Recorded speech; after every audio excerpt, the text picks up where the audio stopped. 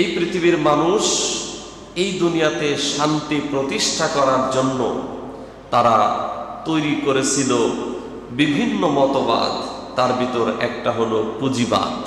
কি বলেন?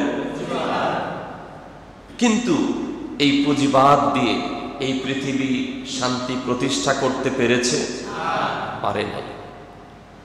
যখন পুঁজিবাদ দিয়ে এই পৃথিবীর মানুষ শান্তি প্রতিষ্ঠা করতে পারে নাই, তখন তারা নতুন আরেকটি থিওরি বেছে নিল, যার নাম হলো সমাজতন্ত্র।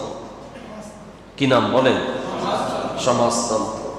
আপনারা বলেন, সমাজতন্ত্র পৃথিবীর মানুষকে শান্তি আর মুক্তি দিতে পেরেছে? পারে নাই। চরমভাবে ব্যর্থ হয়েছে এই সমাজতন্ত্র মতবাদ। এরপরে পৃথিবীর মানুষ শান্তি প্রতিষ্ঠা করার জন্য বেছে নিল জাতীয়তাবাদ। কি বলেন? জাতীয়তাবাদ। আপনারা বলেন, জাতীয়তাবাদ এই পৃথিবীর কোন মানুষকে শান্তি আর মুক্তি এনে দিতে পেরেছে? পারে নাই। তাহলে পুঁজিবাদ ব্যর্থ হয়েছে, সমাজতন্ত্র ব্যর্থ হয়েছে, জাতীয়তাবাদ ব্যর্থ হয়েছে।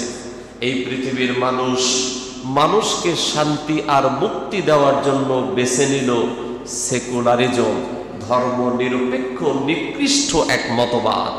আপনারা বলেন, আমাদের পার্শ্ববর্তী দেশ ভারত, এই ভারতের অন্যতম থিওরি হলো ধর্ম নিরপেক্ষ মতবাদ, সেকুলারিজম। বলেন, ভারতে কি শান্তি আছে? জোরে বলেন। পৃথিবীতে যত দেশে অশান্তি আছে, তার ভিতরে অন্যতম একটা অশান্তির দেশের নাম হলো ভারত। তার নাম কি বলেন? তাহলে এটা সুস্পষ্ট, দিবালোকের ন্যায় সুস্পষ্ট, সেকুলারিজম, ধর্ম নিরপেক্ষ মতবাদ মানুষকে কখনো শান্তি দিতে পারে না। আমার এই দেশের বিগত স্বৈরাচার খুনি শেখ হাসিনা এবং তার আওয়ামী লীগ, তারা মুখে মুখে এই সেকুলারিজমকে প্রতিষ্ঠা করার চেষ্টা করেছে, হাজারো প্রচেষ্টা করেছে। কিন্তু বলেন, ওই সময়ে তারা কি এই জাতিকে কোনো শান্তি আর মুক্তি দিতে পেরেছে? বরং ৭১ পরবর্তী সময়ের সবচাইতে বেশি শোষণ এবং নিপীড়ন চলেছিল এই ধর্ম নিরপেক্ষ মতবাদ প্রতিষ্ঠাকারী আওয়ামী লীগের হাতে। কথা ঠিক কিনা বলেন? সুতরাং পুঁজিবাদ মানুষকে শান্তি দিতে পারে না, সমাজতন্ত্র মানুষকে শান্তি দিতে পারে না, জাতীয়তাবাদ মানুষকে শান্তি দিতে পারে না, ধর্ম নিরপেক্ষ মতবাদ মানুষকে শান্তি দিতে পারে না। এই পৃথিবীর মানুষকে শান্তি আর মুক্তি দিতে পারে একটাই, তার নাম কি? জোরে বলেন। তার নাম হলো ইসলাম। তার নাম কি বলেন? ইসলাম। আর এই ইসলামের সংবিধান কোরআন, এর বাহিরে গিয়ে কখনো শান্তি খুঁজে পাওয়া যাবে না।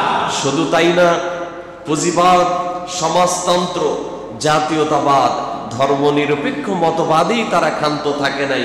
গোটা পৃথিবীর বিভিন্ন ধর্ম, বিভিন্ন বর্ণ, বিভিন্ন জাতি নির্বিশেষে তারা মানুষকে শান্তি দেওয়ার জন্য সৃষ্টি করলো লিগ অব নেশনস, আন্তর্জাতিক একটা সংস্থা, নাম হলো লিগ অব নেশনস। কিন্তু এই লিগ অব নেশনস মানুষকে শান্তি আর মুক্তি দিতে পারে নাই। এরপরে তারা চেষ্টা করলো নতুন আরেকটি সংস্থা চালু করে মানুষকে মুক্তি দেওয়া যায় কিনা। তারা বের করলো ইউনাইটেড নেশনস। কি বের করলো? United Nations.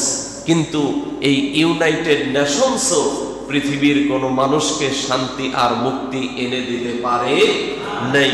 তারা বের করলো মানুষকে মুক্তি দেওয়ার জন্য সেন্ট্রো নামীয় আরেকটি সংস্থা, এতেও মানুষকে তারা মুক্তি দিতে পারে নাই।